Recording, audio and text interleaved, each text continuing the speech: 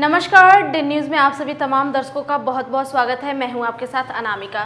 चलिए आगे बढ़ने से पहले एक नज़र डालते हैं उन खबरों पर जो बनी हैं आज की सुर्खियां। जिले में फूटा कोरोना का बम, प्रधान डाकघर के 5 कर्मी निकले कोरोना पॉजिटिव, सभी कर्मियों की गई जांच।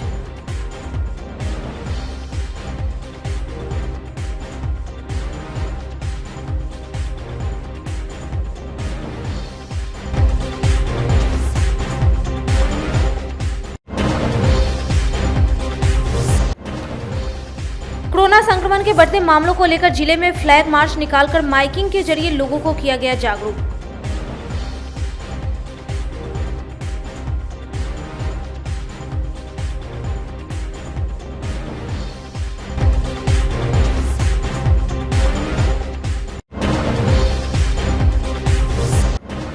और अपनी विभिन्न मांगों को लेकर उत्तर बिहार ग्रामीण बैंक के कर्मियों ने जमकर किया प्रदर्शन।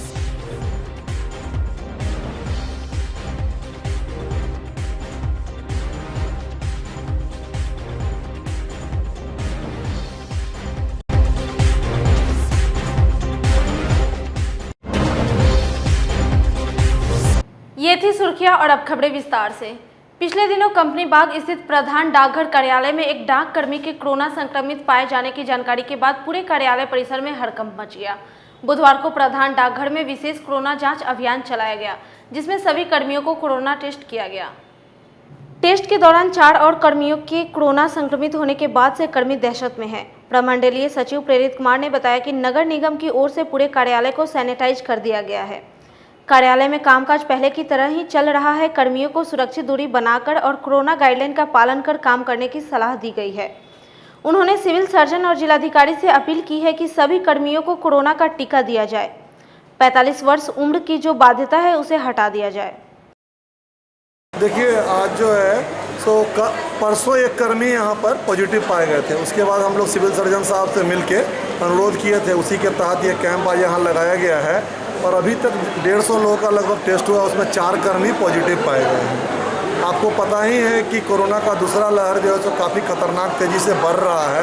खासकर हम डाककर्मी जो हैं तो तमाम तरह की सेवाएं, काउंटर पर मेल की सेवाएं, आधार की सेवा, पासपोर्ट बनने का सेवा, तमाम तरह की सेवाएं दे रहे हैं। तो हम लोग पर तो संक्रमण का काफ़ी खतरा है। कल हम लोग मिलकर सिविल सर्जन साहब से मांग भी किए हैं कि 45 से कम उम्र के भी जो डाककर्मी हैं उनका वैक्सीनेशन कराया जाए। सहानुभूतिपूर्वक विचार करने के लिए वो बोले हैं, तो आशान्वित हैं हम लोग मांग करते हैं जिला प्रशासन से और सिविल सर्जन महोदय से कि 45 साल से कम के भी उम्र के भी जो डाककर्मी हैं उनका जल्द से जल्द वैक्सीनेशन कराया जाए। मुजफ्फरपुर में कोरोना संक्रमण के बढ़ते मामले के बाद जिला प्रशासन ने जन जागृति अभियान चलाकर लोगों को मास्क पहनने को लेकर किया जागरूक। जिला प्रशासन के आला अधिकारियों के साथ पुलिस अधिकारियों ने मार्च निकालकर मास्क चेकिंग अभियान भी चलाया।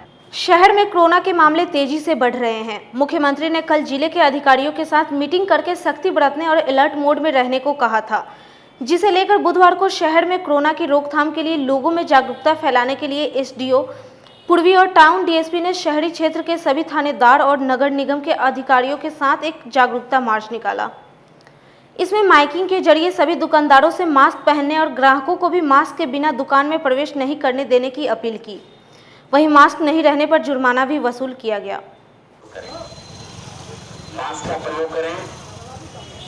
आपको अवेयरनेस करने के लिए जिला प्रशासन लगातार कार्य कर रही है, फिर भी कुछ लोग जानबूझकर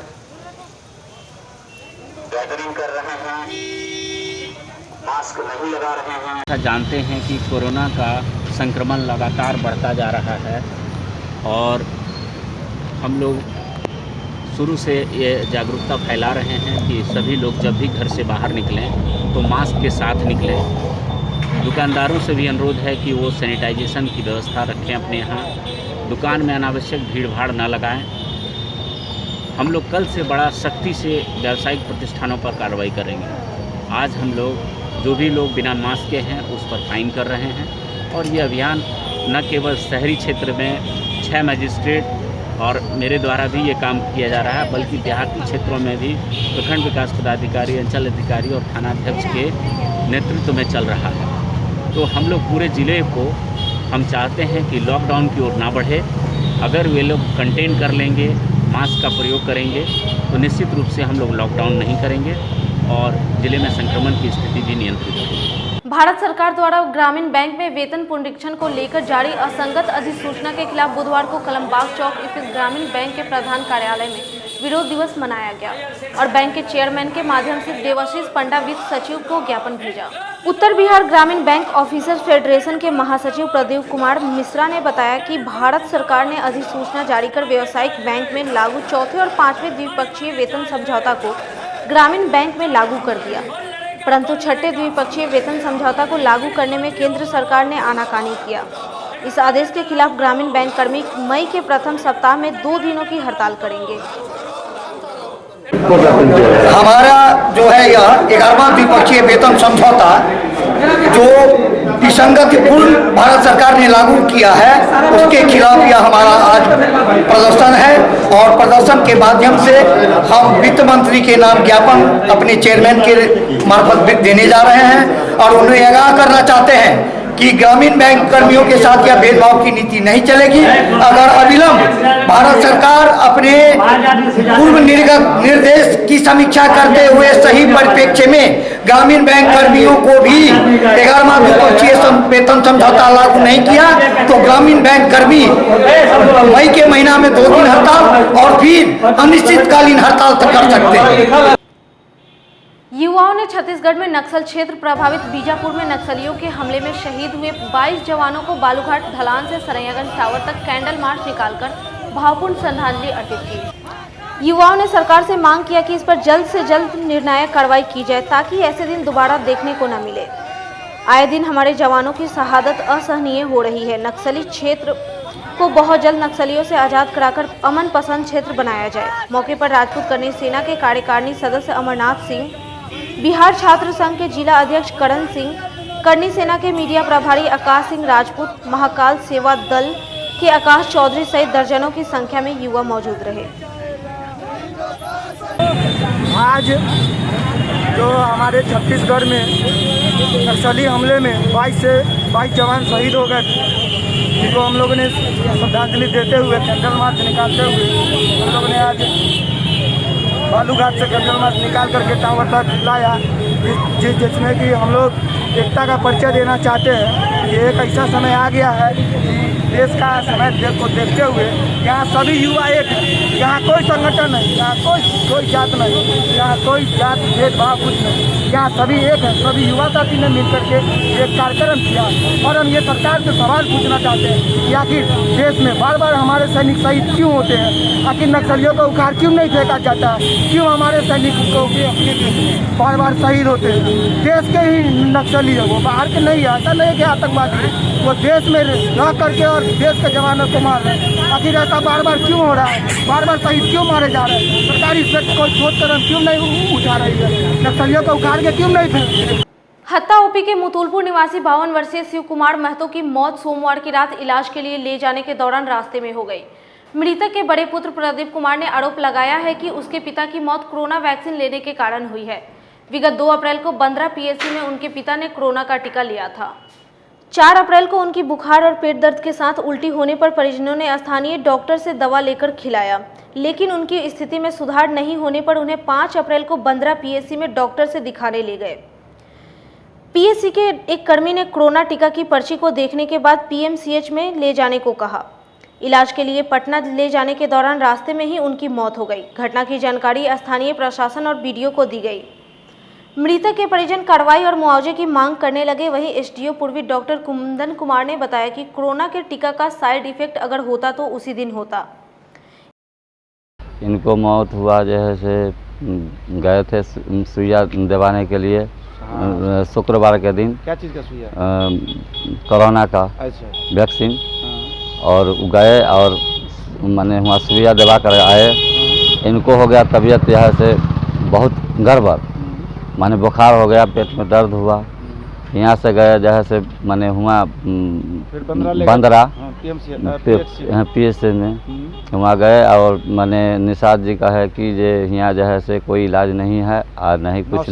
नौशाद जी प्रभारी हैं। हाँ, तो वो जो है से कहे कि यहाँ कोई इलाज नहीं है, पटना CM से जाइए। तो लिखित दिए कि मौखिक बोले? लिखित नहीं दिए, मौखिक कहे जो यहाँ इसका इलाज नहीं होगा और आप यहाँ से ले जाइए पटना। ठीक। और वहाँ से हम सब जो है से आते थे, आकर के अपने रात में हम जो है से ले जाने के लिए तैयार हुए। ऐसे रास्ते में जो है से डेथ कर गए। देखिए ये जानकारी मुझे भी मिली है और मैंने तत्क्षण ही कहा था कि आप कोई भी सक्षम पदाधिकारी, चाहे थाना हो चाहे प्रखंड विकास पदाधिकारी हो, दोनों में से किसी के पास एक आवेदन दे दीजिए। हम लोग अपने PSC से उसका सैंपल निकलवा करके पहले हम देख लेंगे कि ये कोरोना पॉजिटिव थे या नहीं थे।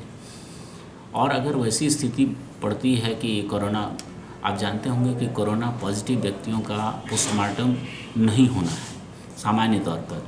विशेष परिस्थिति में यदि होना है तो इसका एक प्रोटोकॉल है ICMR का, ऑलरेडी डिजाइंड है। हम लोग वैसे विशेष परिस्थिति में करते। आप सहमत होंगे कि करोड़ों लोग वैक्सीनेटेड हुए हैं और वैक्सीन के कारण लोगों को प्रोटेक्शन मिला चाहे नहीं, लेकिन हमको ये तो कहीं सुनाई नहीं मिला कि किसी का डेथ हो गया हो। इसलिए ये हम लोग स्पेकुलेशन मानते हैं और इससे अधिक इसको कुछ नहीं, क्योंकि उनके द्वारा भी कहीं पर भी ये नहीं दिया गया है, ना आवेदन दिया गया। और हम समझते हैं कि बॉडी का भी डिस्पोजल लोग कर दिए हैं उनके परिवार के लोग। तो इस तरह के अफवाह फैलाने वालों पे क्या कार्रवाई की? नहीं, देखिए अफवाह नहीं, इसमें जो लोग आते हैं परिजन के आसपास में, उन लोगों को कुछ जानकारी आधी अधूरी दी जाती है ना। कल ही थी उसको टीका लगा था और देखिए आज डेथ हो गया। अब सनसनीखेज बात हो गई, लेकिन अभी तक उसका क्या हिस्ट्री था, उसके हेल्थ के बारे में किसी को जानकारी नहीं मिलती। तो ये सब बातें हैं जो कि आसपास के लोग सामान्य तरीके से जो विचार अपना उद्गार प्रकट करते रहते हैं, उसी का ये परिणाम हो सकता है। अगर इस तरह का कोई बात रहता तो उनके परिजन निश्चित हम लोगों के पास इसकी सूचना देते और हम लोग इसका सत्यापन करके जो भी इसका ठोस तकनीकी कारण है उस तक हम लोग जाते। लेकिन चूँकि कोई आवेदन नहीं है और इस तरह की कोई बात पूरे देश में नहीं हो रही है, इसलिए ये महज एक अफवाह और स्पेकुलेशन के अलावा कुछ नहीं। कोरोना संक्रमण की दूसरी लहर ने जिले के लोगों को चपेट में लेना शुरू कर दिया है। इस वजह से पिछले दिनों तक सुस्त पड़ी कोविड टीकाकरण अब रफ्तार पकड़ ली है। जिले के सभी टीकाकरण केंद्र पर 45 की अवस्था पार कर चुके लोगों की भीड़ उमड़ पड़ी है। वहीं जिला प्रशासन ने सभी टीकाकरण केंद्रों पे अधिक से अधिक टीका लगाने का लक्ष्य रखा है। इन दिनों बढ़ते कोरोना के कारण आम लोगों में वैक्सीनेशन के लिए सक्रियता बढ़ती जा रही है, जिसकी वजह से टीकाकरण की गति तेज हो गई है।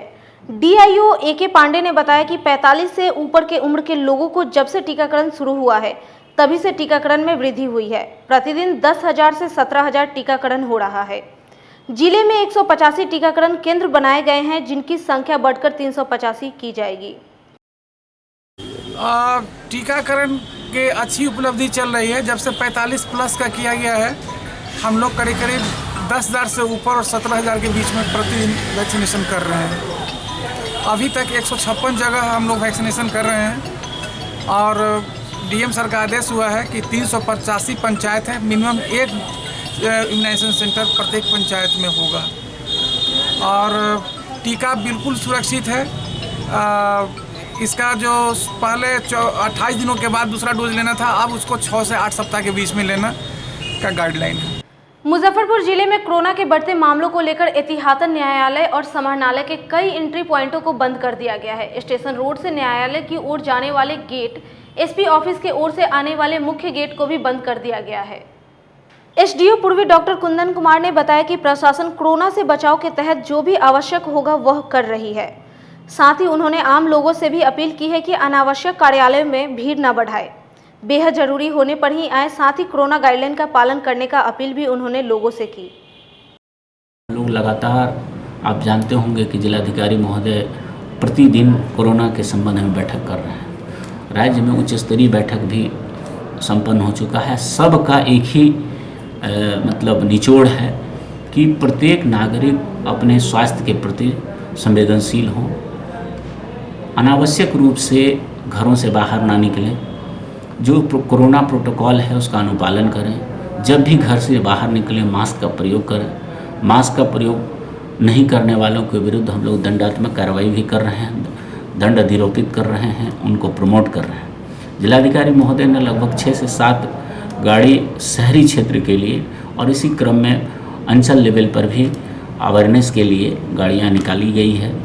इसके अतिरिक्त हम लोग नगर निगम का जो हमारा डोर टू डोर हम लोग जो कूड़ा उठाते हैं उसमें भी जिंगल लगा करके हम लोग उस पर लोगों को अवेयर कर रहे हैं। तो हमारे स्तर से अवेयरनेस का कार्यक्रम बड़े पैमाने पर चल रहा है। अब नागरिकों का कर्तव्य है कि वो हम लोगों के इस जागरूकता कार्यक्रम में अपना समर्थन दें और इस जो सेकंड चरण का लहर है उसमें कम से कम संयम बरत करके इसको कंट्रोल करने में मदद करें।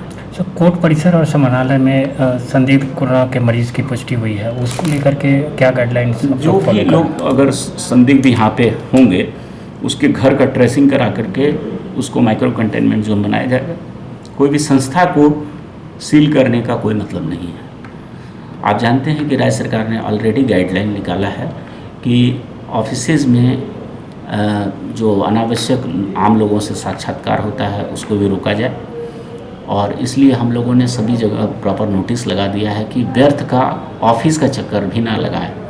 कोर्ट परिसर में भी अधिवक्ताओं के माध्यम से हम लोग सबका सुन रहे हैं और अनावश्यक रूप से यदि आवश्यक न हो तो क्लाइंट को ना बुलाया जाए। ये सब सारा गाइडलाइंस जारी है। अब नागरिकों का कर्तव्य है कि वो उन गाइडलाइन पर अपना समर्थन वो दें। बिहार विश्वविद्यालय में बुधवार से आम लोगों का प्रवेश बंद कर दिया गया है। वहीं बगैर मास्क के आने वाले छात्र छात्राओं के प्रवेश पर भी प्रतिबंध लगा दिया गया है। कोरोना से बचाव के लिए सभी कार्यालयों के दरवाजे को रस्सी से बंद कर दिया गया है। कुल सचिव डॉक्टर आर.के. ठाकुर ने बताया कि कोरोना के बढ़ते मामले को देखते हुए क्लासेस बंद कर ऑनलाइन क्लास चलाने का आदेश निर्गत कर दिया गया है। ये कोरोना को देख के जो विदाउट मास्क एंट्री बंद कर दी गई है उसके बारे में बताएं।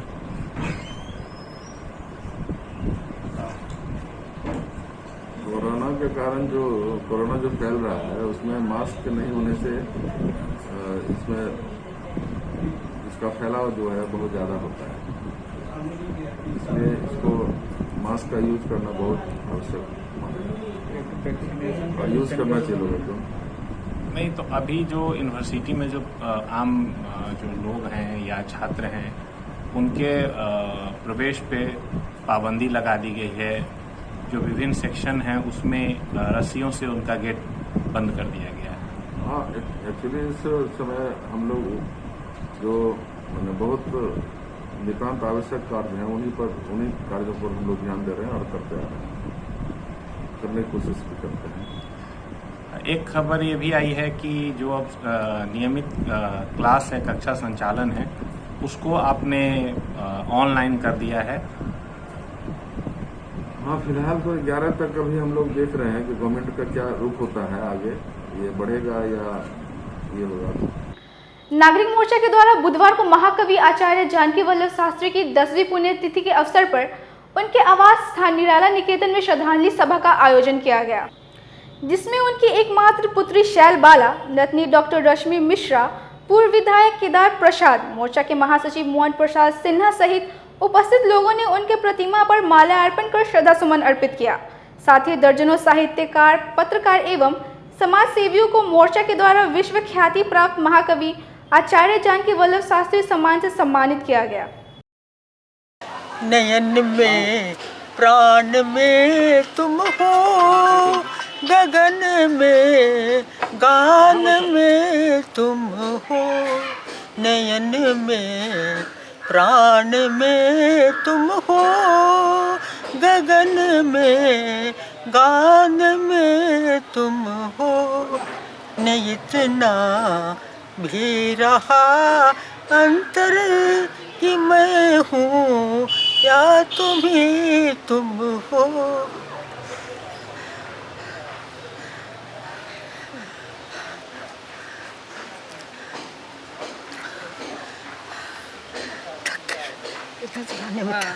इतना चुराने में थक गया। किसने बांसुरी बजाई दीदी? अच्छा, एक लाइन इसको और सुना दो। सितारों को बताऊं क्या पता बेजार तारों को नयाहत अरे मैं हूँ अनाहत सुर तुम्ही तुम हो नयाहत अरे मैं हूँ अनाहत सुर तुम्ही तुम हो नयन में प्राण में तुम हो गगन में गान में तुम हो न इतना भी रहा अंतर कि मैं हूँ या तुम हो। बिहार ही नहीं भारत की महानता है कि इस पावन भूमि पर भारत के असीम श्रद्धानिष्ठ समर्पित साहित्य मनीषी आचार्य जानकी वल्लभ शास्त्री, जिनके सानिध्य में रहकर हम लोगों ने भी शिक्षा पाया। जब वो रामदयालु सिंह कॉलेज में शिक्षक थे, हम छात्र थे। हमारा उनका तारतम्य उनके जीवन काल तक 50-52 साल का ऐसे गुजरा जैसे लगता था कि हम दोनों ही एक दूसरे पर अन्योन्य आश्रित। समाज सेवी और साहित्यकार हैं, गुणानुवाद कर लें, वर्ष में एक बार आकर के आंसू बहा लें, फूलमाला चढ़ा लें। औपचारिकता यह है कि हमारी अंतिम इच्छा थी, उनकी अंतिम इच्छा थी कि इस पावन भूमि को साहित्यकारों का, मनीषियों का और जितने कवि और जितने भी शायर हैं उसका हब बने। इसको एक बड़ा भारी यूनिवर्सिटी बना, जानकी वल्लभ शास्त्री विश्वविद्यालय के रूप में, संगीत विश्वविद्यालय, काव्य विश्वविद्यालय के रूप में इसको बनाया जाए। परंतु यहाँ तो इस समय कहना नहीं चाहिए। मैं कहूँ तो सत्य कहूँ तो बगावत बागी हो जाऊँ, सच कहना यदि बगावत है तो समझो हम भी बागी हैं। यहाँ इसमें दिमक लग गए हैं, पुस्तकें दिमक चाट रही है, भूमि को दिमक लग गया है। भूमि सर्वेक्षण में लोग लगे हुए हैं कि किधर से हम हासिल कर ले, किधर से हम दुकान बना ले, किधर से इसको आमदनी का जरिया बना ले। वो जब थे पृथ्वीराज जी का ये भवन बना हुआ है, उनके यहाँ से 500 रुपया महीना आया करता था। शहद उत्पादन से जिले के किसानों के जीवन में खुशहाली की मिठास घोलने वाला मुजफ्फरपुर शहद कारोबार अब किसानों के बर्बादी का सबब बन गया है। जिस शहद कारोबार के जरिए जिले के मधुमक्खी पालक कभी हजारों लोगों को रोजगार मुहैया कराते थे, अब खुद उनका परिवार कर्ज में डूबा दाने दाने को तरस रहे हैं। जिस मुजफ्फरपुर के शहद कारोबार को जिले के करीब 50,000 से अधिक किसान अपनी मेहनत के बल पर आसमान की ऊंचाइयों पर ले गए थे, लेकिन देश में कोरोना के आगमन ने इस पूरे व्यवसाय की ऐसी कमर तोड़ी कि सालाना 10 से 12 लाख तक का कारोबार करने वाले किसान को जमा पूंजी के साथ साथ उनकी मधुमक्खियां भी खत्म हो गई। इस वजह से करीब 1000 करोड़ का कारोबार करने वाला यह कारोबार अब मुश्किल से 100 करोड़ का भी नहीं है। कोरोना की वजह से अब इस क्षेत्र में काम करने वाले मधुपालकों की संख्या अब 50,000 से घटकर महज 4 से 5 तक ही रह गई है। लॉकडाउन से तो बहुत हम लोग प्रभावित हुए हैं और बहुत मतलब रेट के मायने में भी जो है उचित मूल्य नहीं मिला है और लॉकडाउन के वजह से एक जगह से दूसरे जगह ले नहीं जा पाए हैं। इस वजह से जो है हम लोग काफ़ी नुकसान में। मधुमक्खियाँ बहुत सारी मर गई जी, मधुमक्खियाँ भी बहुत मर गई। यहाँ से हम लोग लीची के सीज़न ख़त्म होने के बाद हम लोग झारखंड गुमला ज़िला जाते हैं, जो वहाँ करेंच का फूल होता है। तो हम लोग लीची ख़त्म होने के बाद वहाँ लॉकडाउन के कारण जा नहीं पाए। इस वजह से जो है मक्खियाँ जो है रस भोजन के अभाव में जो है बहुत सारा मर गई और हम लोगों को भी काफ़ी नुकसान हुआ। कर्ज वर्ज भी है आप लोगों का पिछला साल जो फंसा था? जी, बहुत सारा हम लोगों को जो है ग्रामीण ब्याज पे जो है हम लोग धंधा करते हैं और जो है नहीं मतलब बेनिफिट होने के कारण जो है कर्ज में दबे जा रहे हैं। अभी का क्या स्थिति है? अभी का सीजन तो जो है प्राकृतिक मतलब मंजर न कम आने के वजह से जो है नहीं निकला है शहद और अब रेट का उम्मीद है। अब आगे क्या रेट हम लोगों को मिलता है। पहले कौन रेट में बेचते थे? कितने रेट में? रेट अगले साल तो बहुत बुरा स्थिति रहा है, 75-80 के रेट में गया है माल और इस बार जो है देखिए यूपी में हम लोग सरसों का शहद बेचे हैं, 100-120 तक बेचे हैं। बुधवार को बालाजी हनुमान मंदिर प्रबंधक समिति के द्वारा मंदिर प्रांगण में रामनवमी को लेकर विशेष बैठक आयोजित की गई। रामनवमी महोत्सव के लिए बैठक में सर्व समिति से 11 सदस्यीय समिति का गठन किया गया। बालाजी परिवार के अध्यक्ष अमेंद्र कुमार अमर ने कहा कि विश्व कल्याण के लिए कोरोना महामारी को खत्म करने के लिए रामनवमी एकमात्र कल्याणकारी जाप है, इसलिए सभी लोगों को सोशल डिस्टेंसिंग एवं मास्क का उपयोग करते हुए रामनवमी खुशी एवं उमंग से मनाएं। हर्ष के साथ आज वर्ष 2021 की रामनवमी महोत्सव मनाने के उद्देश्य से बालाजी परिवार के प्रांगण में, मंदिर प्रांगण के अंदर एक बैठक की गई। इस बैठक में मोहल्ले के और समिति के कई गणमान्य व्यक्ति शामिल हुए। आज के बैठक की अध्यक्षता श्री जय किशोर गुप्ता जी द्वारा की गई और संचालन मेरे द्वारा सुनील कुमार ठाकुर के द्वारा की गई। इस अवसर पर वर्तमान समय में जो महामारी कोरोना फैली हुई है, प्रशासन के साथ उनके दिशा निर्देशों को पालन करते हुए इस वर्ष बाबा की सेवा, बालाजी महाराज की सेवा, रामनवमी महोत्सव का सम्मान और समर्पण करने का तारतम्य बैठा करके पूर्णाहुति करने का यह फैसला लिया गया। महावाणी स्मरण एवं आचार्य श्री स्मृति पर्व पर संवाद एवं संगोष्ठी कार्यक्रम का आयोजन निराला निकेतन में किया गया। साहित्यकार डॉक्टर संजय पंकज ने कहा कि आज महाकवि जानकी वल्लभ शास्त्री की पुण्यतिथि है। उनकी पार्थिव काया इस संसार से आज से 10 वर्ष पहले ही विदा हो गई, लेकिन अक्षर काया के रूप में वे कई पीढ़ियों को संस्कारित करने के लिए आज भी जीवित है। कविता के शिखर व्यक्तित्व महाकवि आचार्य जानकी वल्लभ शास्त्री की पुण्यतिथि है। उनकी पार्थिव काया इस संसार से आज से 10 वर्ष पूर्व 7 अप्रैल 2011 को विदा हो गई, लेकिन अक्षर काया के रूप में वे पीढ़ियों को संस्कारित करने के लिए आज भी जीवित हैं। कई कालजयी रचनाओं और विशेष रूप से गद्य पद्य की कृतियों के एक अमर रचनाकार आचार्य जानकी वल्लभ शास्त्री और हिंदी जगत का साहित्य तीर्थ निराला निकेतन उनकी साधना स्थली। आज हर महीने की 7 तारीख के अनुसार उनकी पुण्यतिथि के अवसर पर महावाणी स्मरण के अंतर्गत तीन पीढ़ियों के रचनाकार आचार्य जानकी वल्लभ शास्त्री पर चर्चा करते हुए अपना अपना रचना पाठ प्रस्तुत कर रहे हैं। हम उनके स्मारक के पास हैं। बल्कि आचार्य जानकी वल्लभ शास्त्री एक ऐसे ऋषि कवि थे जिनकी चेतना में केवल संस्कृति, भारतीयता और विश्व बंधुत्व और मानवता ही नहीं, बल्कि मूल्यों के साथ साथ एक ऐसी आध्यात्मिक चेतना है जो चेतना स्वामी विवेकानंद, राम कृष्ण और अरविंदो के भीतर थी।